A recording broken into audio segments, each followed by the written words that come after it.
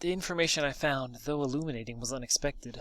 Mother led me to the hospital where Father had once been kept a prisoner, both of body and of mind. His madness, as they called it, meant he could never live a normal life again. The asylum-like hospital looked down at me with menacing eyes. It had an air of desperation about it, a shared history of hundreds of lost souls forcefully anchored to an uncaring rock left to slowly drown.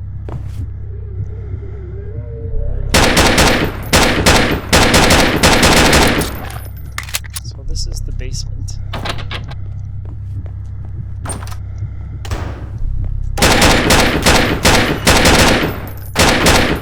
So bad. Why am I so bad?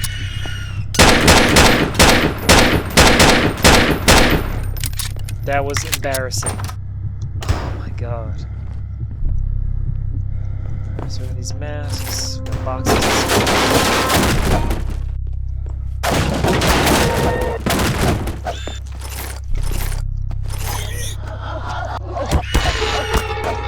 Let me move. This is stupid. Let me move. Great, I just lost like a third of my life bar because that stupid shit spawning behind me. Where'd he even go? It's no wonder they wanted to close this area off.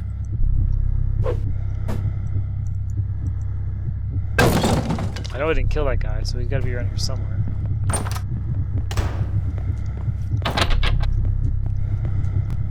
Piece of shit.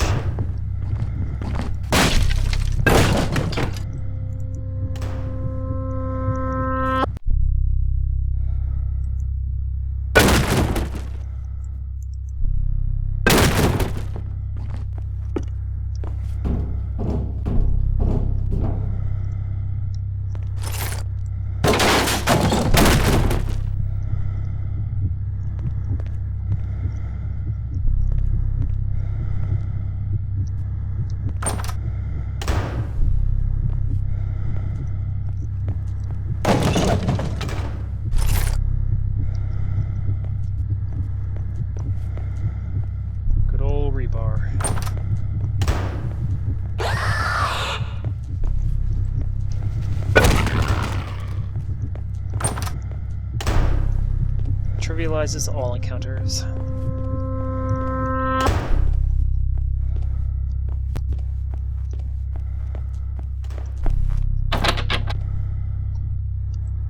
Can you open it with this? No.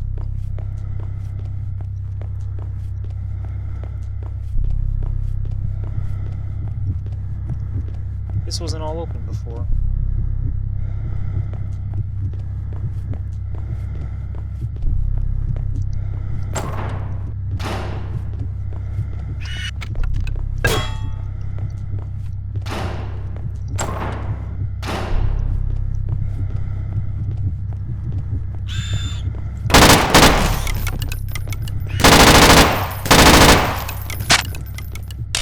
Jesus.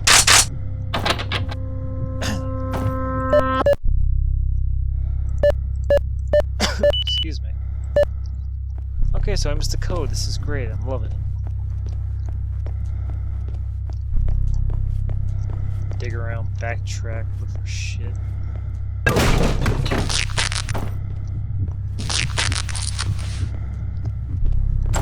At least we're back to...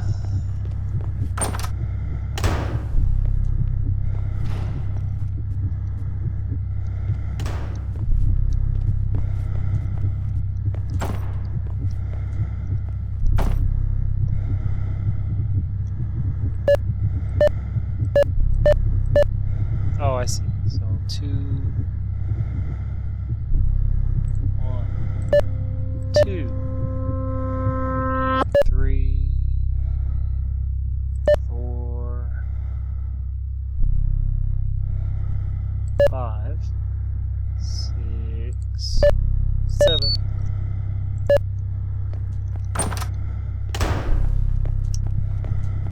Kind of surprised we didn't have to go back upstairs, but.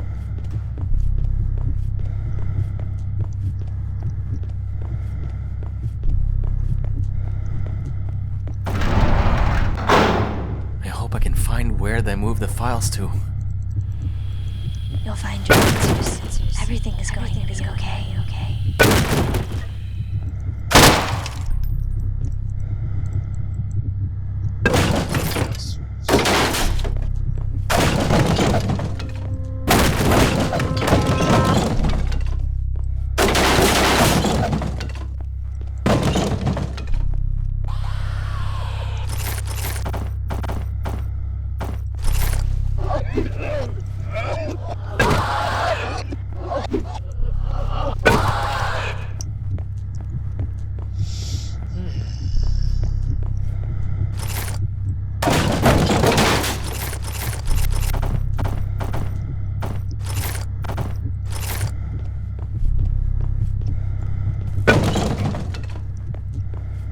final stretch.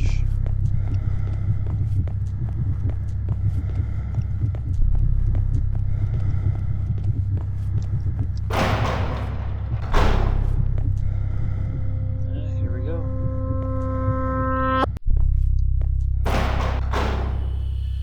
I'm sorry. What? I had to do it.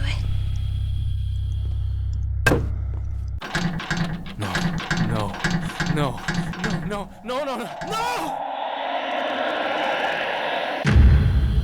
Shh, darling. You're safe now. You're safe. Betrayal. Everything is going to be okay.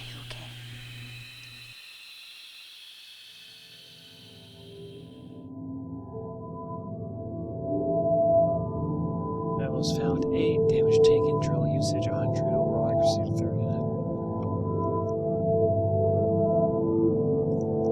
I think the thing about it being the dad was bullshit. I think it was us. We killed our sister and her ghost. I don't know. I really don't know. Oh, it was our mom.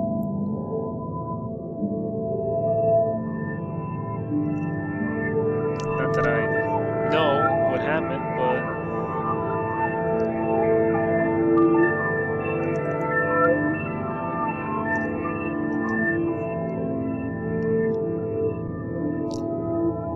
a pretty small team. But I'm gonna guess that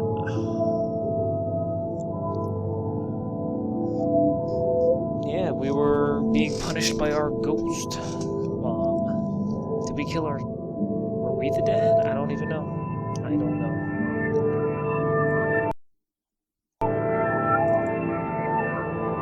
I'm hoping that's not the end of it, but it very well may be.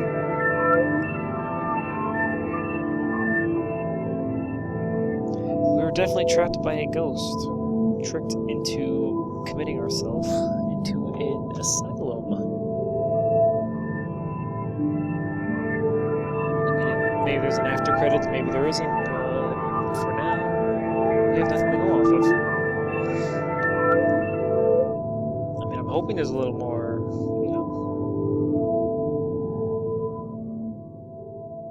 information.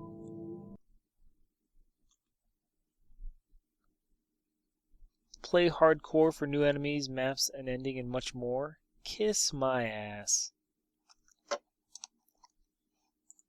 This is what we're gonna do. Let's see, the gray hardcore ending.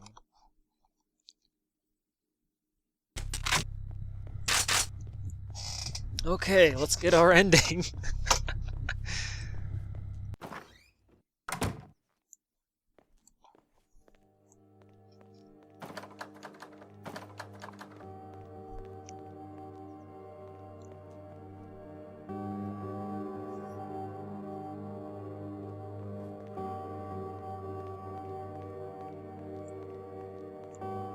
Thanks to Rhubarb ED Wire 101 for the ending.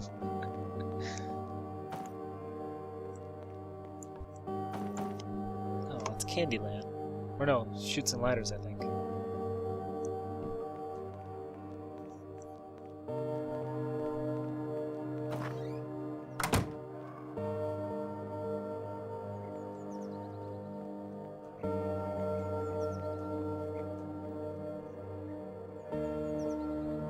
So as the ending, we get a clean bill of health.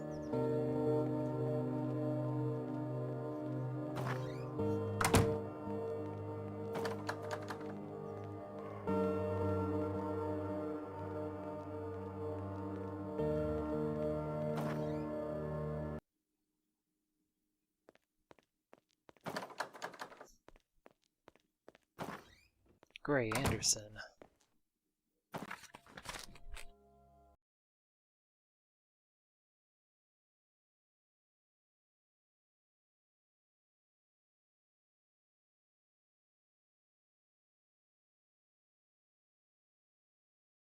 Interested in us. Are we all It psychopaths? says here in the documents that in 1986, Steve and Jen, my parents, were married. Soon after, they moved into a small town, away from the city's pollution, called Bright Woods, hoping for a peaceful life for their soon-to-be children. My father used to work as a surgeon in the city, but now had to work at the local hospital for a much lower pay. My mother tried to get a job to help support his new salary, but was unable to. In 1989, my sister Anita was born. Anita goes to the city school and is bullied aggressively, frequently coming home in tears. My parents can't afford to send her anywhere else, bullying or not. In 1997, my mother is pregnant again with another daughter. Oh shit. Shortly after giving birth to Claire, Anita suffers a fatal fall on a school trip. It was no accident, but with little evidence other than a broken kid's wagon that she was tripped with, that every child on that trip had played on, there was no one to pin the blame onto. I think I know who did it to her, though. And that's been taken care of. Oh, okay. So Anita was rushed to Brightwoods Hospital, where Steve was one of the few surgeons available to work on her. While it was against hospital policy to allow staff to work on their family members, they had no choice. Anita dies in the hospital, under the care of our father, driving my father into a deep depression which eventually cost him his job at the hospital. so dad In loses late it. 1998, my father finally completely breaks down, believing that his family has no future anymore. He decides to take out the rest of the family with him in a crazed suicidal state, Oh my god. successfully murdering Claire with a kitchen knife. He fails to kill my mother, who then calls the cops. Early 1999, Steve is admitted to Suzanne Cross Hospital, where he spends the rest of his life under review by Dr. Hammond Heath. He believes Steve's troubles are hereditary and that a lobotomy may be able to save his troubled mind. After the lobotomy, Steve suffers multiple seizures and lives out the rest of his life in a cell in a zombie-like state. Jen, my mother, finds out she is pregnant this same year. This time it's a baby boy, Steve's baby boy. Me. My mother worries about my future, knowing I will have no father to raise me, as well as fearing what I can Oh, I thought become. we killed that kid from she's the living in anymore. She moves to an apartment in the same town. Anita's accident. During the regular screenings and health checkups for the birth of myself, my mother finds out she has first-stage spinal cancer. I was born late 1999. My mother gives me the name Gray, knowing both her fate and mine to come. Jesus. After 10 years of suffering and chemotherapy, as well as hundreds of thousands of dollars of debt, my mother dies, leaving the house to the bank and me to live the rest of my childhood in an orphanage. In 2019, I left the orphanage for the last time, becoming a car mechanic with low pay, but just enough to move into the ghetto part of the city. After about a year of work, I started to hate my job, my boss, those around me, and me.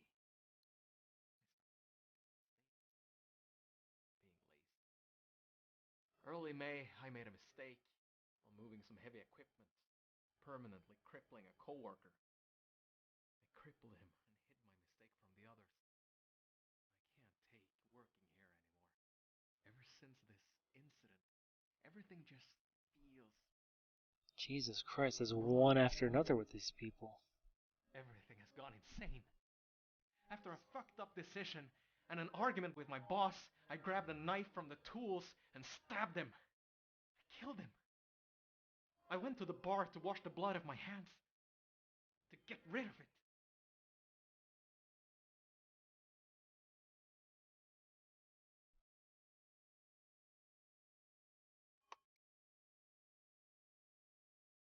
months down the line, and I'm now free to roam outside for hours at a day. They let me fix things up with the janitor around the building. I've been getting better, they told me. Things are starting to look up for me. And what I did to her, to them, I can't leave this all behind me. It is something I will bear with me for the rest of my life. I still have a long time left in this hospital. But maybe one day, I will have my own place to call home. My own family.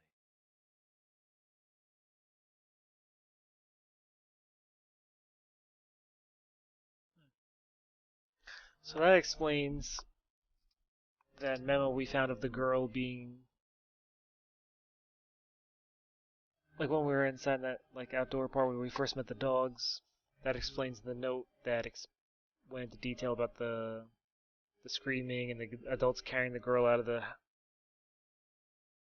I don't know, it was like that warehouse or something, and then the ambulance came, so that has to tie into that. I guess I don't get who killed the girl responsible, if that was our dad or, because we weren't born yet, so. Huh. Well, that was The Grey. I'm Reverend Claude Huggins, and I have to say that was actually, it was pretty, you know, scary, you know, it had its moments. I got a little, you know, bit my nails a little. I hope you enjoyed watching. This concludes our Let's Play of The Grey, because I'm sorry, but I'm not going to go into replay this in hardcore mode. So, yeah, we just watched the ending. If you want to watch a better version of it, go look for it yourself. Yeah, so stay tuned. Subscribe, like, all that jazz. So long.